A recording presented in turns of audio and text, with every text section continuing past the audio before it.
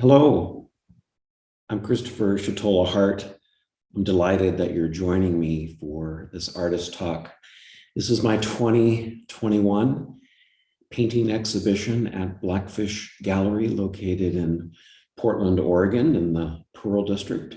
We are one of the oldest artist-owned and operated galleries in the United States. This is our 43rd year, and I've been at Blackfish since 2004, showing about every 2 years. And during this time, my themes have remained very consistent. I have done several family history works, and I keep returning to perhaps my favorite subject, and that is birds. I grew up wanting to be an ornithologist, keeping records of who's coming to the bird feeders every day, going to the library and checking out books about bird behavior. And I have just loved them. And for me, they are indicator species. And I'm very concerned about the health of our planet. We've been seeing the onslaught of more and more severe signs of climate change, and birds are very critical members of our ecosystem, and they migrate. And so birds that we love here that are critical for where we live, our biome, are also critical in other ecosystems far and wide. And so local decisions that we make regarding birds, say surrounding water rights, I'm very concerned that we make sure that we prioritize the birds and their well-being, because they're critical for where we live, and they're also critical for other communities. The show is called RELICS because, well, a relic is a memento, an object. You see reliquaries in cathedrals where the remains of saints are kept, and people make pilgrimages to honor the remains of saints. But they can also just be mementos. And a worry that I have is that birds someday will only remain in our art and our objects, our recordings, our documentaries. And so this is kind of a poignant show. And I hope that a lot of emotion and empathy comes outward in the piece. I show the birds in a variety of environments and against backdrops that have very intentional color palette. And I want hopefully to show the vulnerability, the beauty, the fragility of birds. So one of the paintings that I will start off talking about is right here. This is called Post-Anthropocene Heron. The Anthropocene is the suggested name for the current geologic epoch that we find ourselves in. This is yet to be officially adopted, but there is more and more movement to naming this current period the Anthropocene.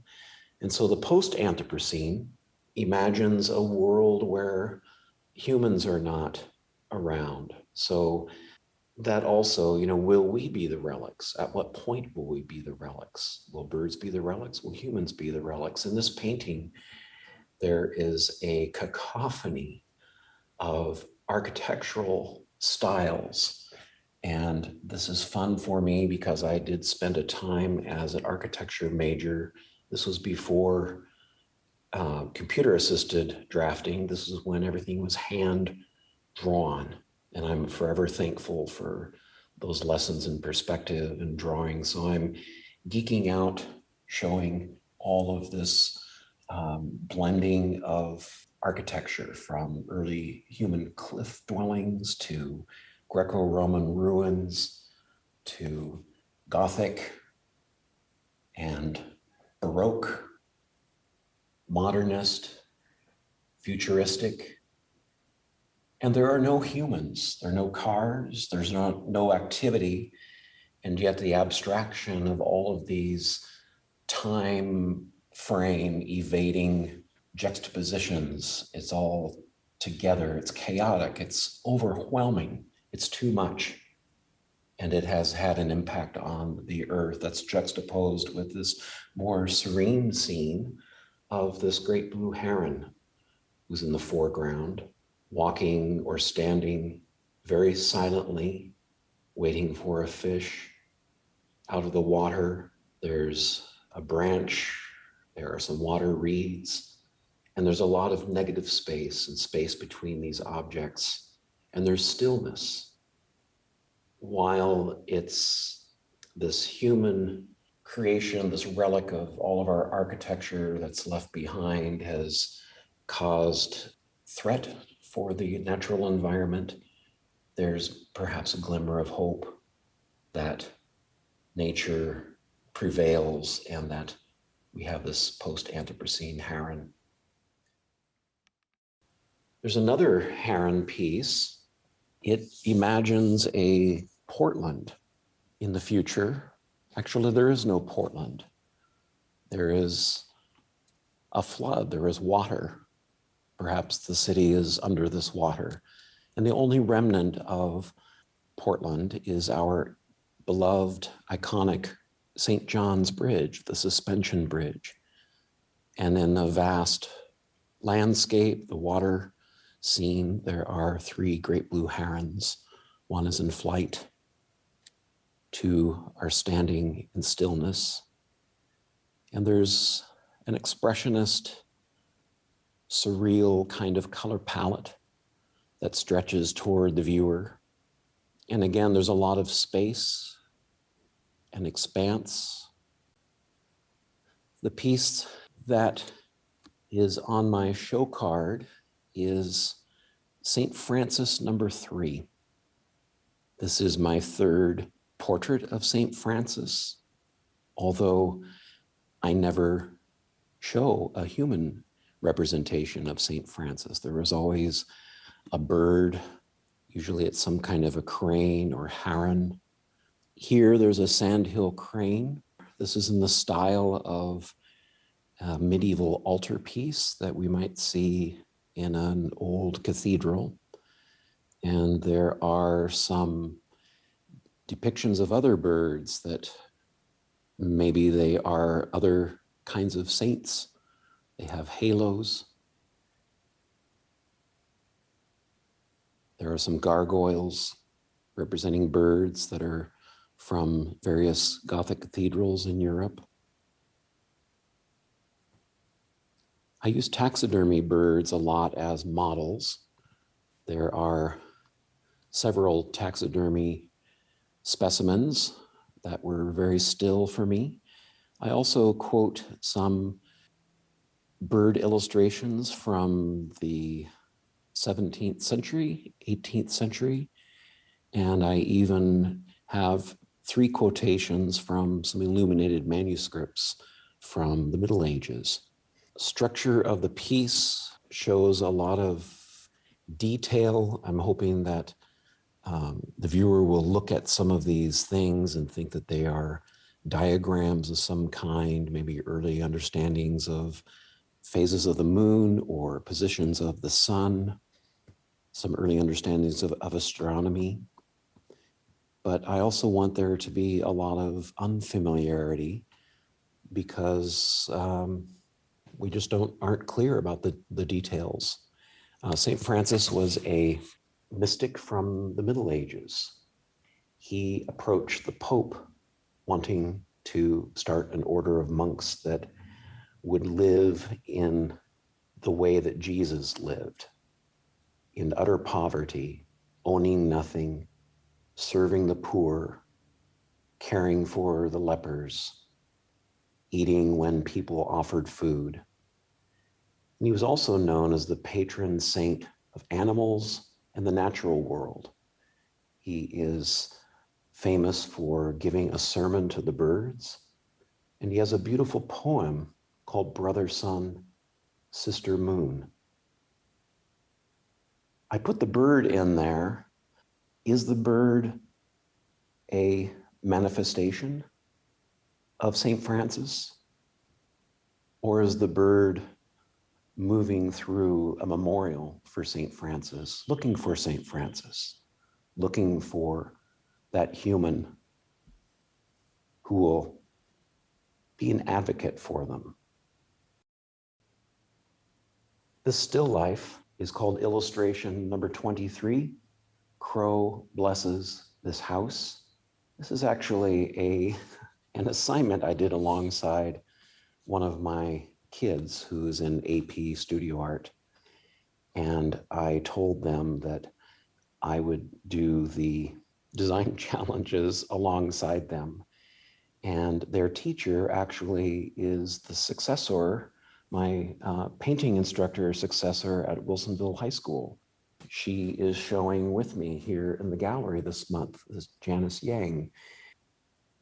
And so in this particular still life, everything in the piece had to have symbolic meaning. And so I set this up in my studio, and the crows are very dear to me. I think if I weren't human, I would want to be a crow. The way that they are so smart and family centered, they mate for life. Their children stay with them for 5-6 years before they find their own mate. And they're very important to me. There is the cabinet that has bookshelves. There's a portrait of my grandparents.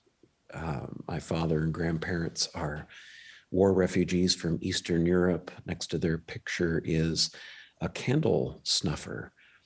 On Christmas Eve, the family was kept out of the good room, and at midnight, the doors would be open and there would be the whole tree would be decorated and lit with candles. And the candle snuffer is also symbolic of a life snuffed out, because in 1944, they had to leave their farm and land that they had worked for. The family had worked for 14 generations. The storks nest in Eastern Europe. They also mate for life, and they have very long migrations. They migrate down to Africa, the African continent, and then they return in the mating season and always come back to the same nest. The books represent education, and that was heavily stressed in our home, with the knowledge that at any given time, we may lose our home. And one thing that nobody can take away from us is our education, our skill, our creativity. The print of the kingfisher in the background, that's an historic print that my mother had in our home when I was growing up, and I have spent countless hours looking at that and some of the other bird prints that she had that had a big impact on me. The little vase and the tablecloth have floral patterns. That's in